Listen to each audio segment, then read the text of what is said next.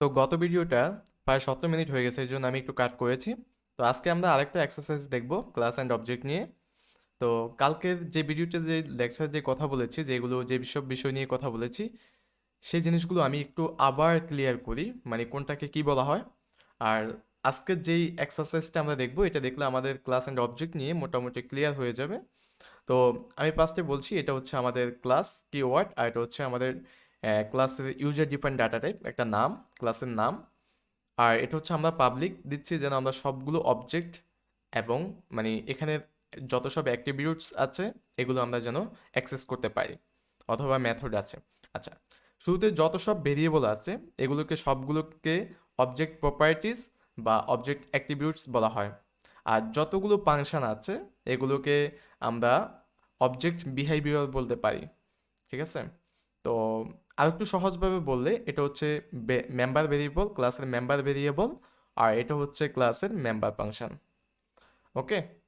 আর এই জিনিসটা যে আমরা তৈরি করেছি ক্লাসের নাম দিয়ে, ক্লাসের যেই নাম ছিল আমাদের আইডি, এই জিনিসটা দিয়ে যে আমরা একটা নাম দিয়েছি, অবজেক্ট ক্রিয়েট করেছি, এটা হচ্ছে আমাদের সকল অবজেক্টকে অ্যাক্সেস করার জন্য আমাদের মেমোরিতে হিপে একটা জায়গা তৈরি করেছে। এবং আমরা সেখান থেকে আমরা এইগুলোকে একসাথে পাবো আর কি। যে অবজেক্ট বিহেভিয়র, অবজেক্ট অ্যাক্টিভিউটস, সবগুলো আমরা একসাথে পাবো। তো আচ্ছা, এখন আমরা দেখবো যে তোমার আরেকটা এক্সারসাইজ দেখলে তুমি আরো একটু ক্লিয়ার হবা জিনিসগুলো, এক একজন এক একভাবে উদাহরণ দিলে বুঝে। তো আসলে আমি আরেকটা উদাহরণ দিচ্ছি, তাহলে তোমাদের মেবি আরো একটু ভালো হবে। আচ্ছা, আমি এখানে চার্কেল নামে একটা ফাইল তৈরি করছি। তো যেহেতু চার্কেল নামে করছি, তাহলে কিছু একটা চার্কেল টাইপের কিছু একটা হবে আর কি। আচ্ছা, আমি ফার্স্টে আগের মতো ওই যে হেডার ফাইলগুলো তৈরি করে নিচ্ছি।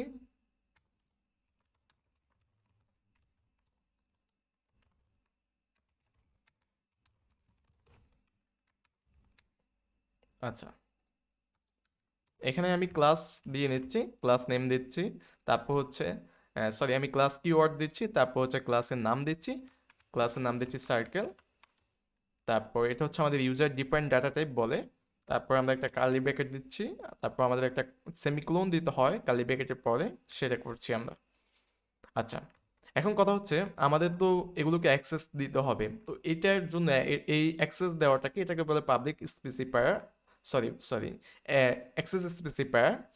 তো এটা এই ধরনের তিনটা অ্যাক্সেস স্পেসিফায়ার আছে: পাবলিক, প্রাইভেট, প্রটেক্টেড। এখন তুমি যদি কোনো স্পেসিফায়ার না দাও, তাহলে এটা সি প্লাস প্লাসে অটোমেটিকলি প্রাইভেট থাকে। তো গত টিউটোরিয়াল এটা আমি বলিনি, এটা অটোমেটিকলি প্রাইভেট থাকে। তো আমি এটাকে পাবলিক করে দিচ্ছি যেন আমরা এই অ্যাট্রিবিউটসগুলোকে, অবজেক্ট অ্যাট্রিবিউটস বা তোমার বিহেভিয়ার বলে, এগুলোকে যেন আমরা অ্যাক্সেস করতে পারি। আচ্ছা, এখানে আমি একটা প্রপার্টিজ নিচ্ছি বা অ্যাট্রিবিউটস নিচ্ছি, অবজেক্ট অ্যাট্রিবিউটস বা মেম্বার, ক্লাসের মেম্বার ভেরিয়েবল নিচ্ছি। তুমি যেটাই বলো না কেন, তুমি যেটা দিয়ে ভালো বুঝতে পারো আর কি। তো এখানে আমরা একটা ভেরিয়েবল ক্রিয়েট করছি, এটাকে অবজেক্ট ওরিয়েন্টেড প্রোগ্রামিং ভাষা বলে অবজেক্ট অ্যাট্রিবিউটস বা প্রপার্টিজ বা member function, class member function. আচ্ছা, এখানে এটার নাম দিচ্ছি আমি তোমার রেডিয়াস। আচ্ছা, এখন হচ্ছে আমার একটা জিনিস তৈরি করতে হবে, সেটা হচ্ছে যে তোমার এটা যেহেতু রেডিয়াস দিয়েছি, এখন আমার একটা চার্কেল, মানে চার্কেল যেহেতু নাম দিয়েছি, আমরা একটা এরিয়া তৈরি করব। এটার জন্য আমাদেরকে তোমার একটা ফাংশন, মানে এটার বিহেভিয়রটা, এটা কি জন্য তৈরি করেছি, এই জন্য আমাদেরকে একটা বিহেভিয়র, একটা ফাংশন তৈরি করতে হবে। তো আমি ডাবল টাইপের একটা ফাংশনের টাইপ দিচ্ছি। তো এটার নাম দিচ্ছি আমি এরিয়া। তারপর হচ্ছে তোমার এখানে আর কোনো কিছু দিচ্ছি না আপাতত। তারপর আমি রিটার্ন করে দিচ্ছি। আচ্ছা, এখানে আমরা যেহেতু এরিয়াটাকে কিছু একটা এরিয়া করতে চাচ্ছি, তো আমরা এখানে পাই ফাংশন ইউজ করব। পাই মেথড, এটা আমরা আমাদের সি প্লাস প্লাসে ডিফাইন করা আছে, তোমরা চাইলে নিজেরা ডিফাইন করে লিখতে পারো। তো এটা লেখার জন্য পাই হচ্ছে 3.14, তোমরা যে ছোটবেলা পড়ে এসছো। তো এটা সি প্লাস প্লাসে ডিফাইন করা আছে। আমি শুধু এম, তারপর হচ্ছে এম মানে হচ্ছে ম্যাথ, মানে বোঝায় আর কি এটা। তারপর হচ্ছে আন্ডার স্কোর, তারপর হচ্ছে পিআই, তারপর ইন্টু রেডিয়াস, ইন্টু রেডিয়াস। আচ্ছা, তো আমাদের কাজ মোটামুটি শেষ এখানে। আহ, আর এখন আমরা চলে যাব আমাদের মেইন ফাংশনে, এগুলো কাজ দেখার জন্য আর কি। আচ্ছা, এখন কথা হচ্ছে আমি তো এখানে কোনো প্যারামিটার পাস করিনি।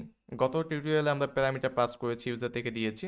এখন কি আমরা চাইলে প্যারামিটার চেঞ্জ করতে পারবো? অবশ্যই চেঞ্জ করতে পারবো। আচ্ছা, আমি চার্কেল নামে একটা তৈরি করে নিচ্ছি, তোমরা আসলে পুরোপুরি বুঝতে পারবা। আমাদের যে ক্লাসের নেমটা আছে এটা আমি কল করে নিচ্ছি, এটা। তারপর একটা অবজেক্ট তৈরি করতেছি, অবজেক্ট ওয়ান। তারপর আমাদের যেই রেডিয়াসটা আছে, আমাদের যে অ্যাট্রিবিউটস, এটার একটা মান সেট করবো আমরা এখন। Object one dot radius. তো আমরা এগুলো অ্যাক্সেস করতে পারছি এই জন্য যেন আমরা এখানে পাবলিক দিয়েছি, এটাকে বলে অ্যাক্সেস স্পেসিফায়ার। যদি প্রাইভেট থাকতো, যদি কোনো কিছু না থাকতো এখানে, তাহলে আমাদের এগুলো অ্যাক্সেস করা যেত না। আচ্ছা, আমি এখানে 10 দিয়ে দিচ্ছি, তুমি যে কোনোটা দিতে পারো। তো এখন কথা হচ্ছে আমি তো শো করার জন্য কোনো কিছু রাখিনি, বা আমি এটা রিটার্ন করেছি।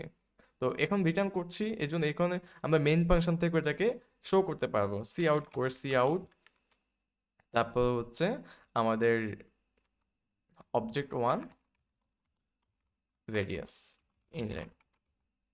আচ্ছা, আমরা যদি এখন প্রোগ্রামটা রান করি, তাহলে তোমরা আউটপুট দেখতে পারবা। জে প্লাস প্লাস, তারপর হচ্ছে সার্কেল, আমাদের ফাইল নামটা দিয়ে দিচ্ছি।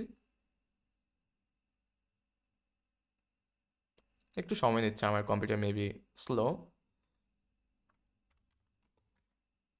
আচ্ছা, এখানে 10 দেখাচ্ছে। আচ্ছা আচ্ছা আচ্ছা, আমরা এখানে রেডিয়াস দিয়েছি, আমরা তো এরিয়া দিতে হবে তাই না? আমাদের এখানে যে ইকুয়েশনটা আমরা করেছি, তো এটাকে আমরা কল করতে হবে। ওকে, এই যে এখন আমাদের কাজটা ঠিকভাবে হবে। হুম,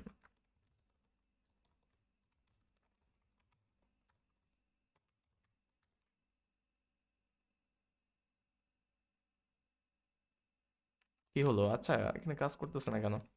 একটু ঝামেলা করতেছে আমার পিসিটা। আবারও ঝামেলা করলো। আচ্ছা, এবার হবে।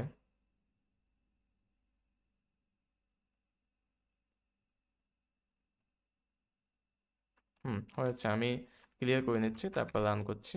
দেখতে পাচ্ছ যে এখানে 3.14.1.159 এটা দেখতে পাচ্ছ তুমি।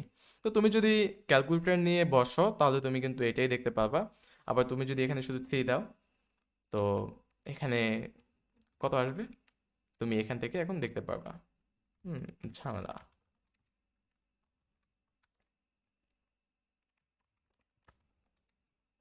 এই টার্মিনালটা গিট ব্যাশটা চেঞ্জ করতে হবে, মেবি এটা ঝামেলা করতেছে।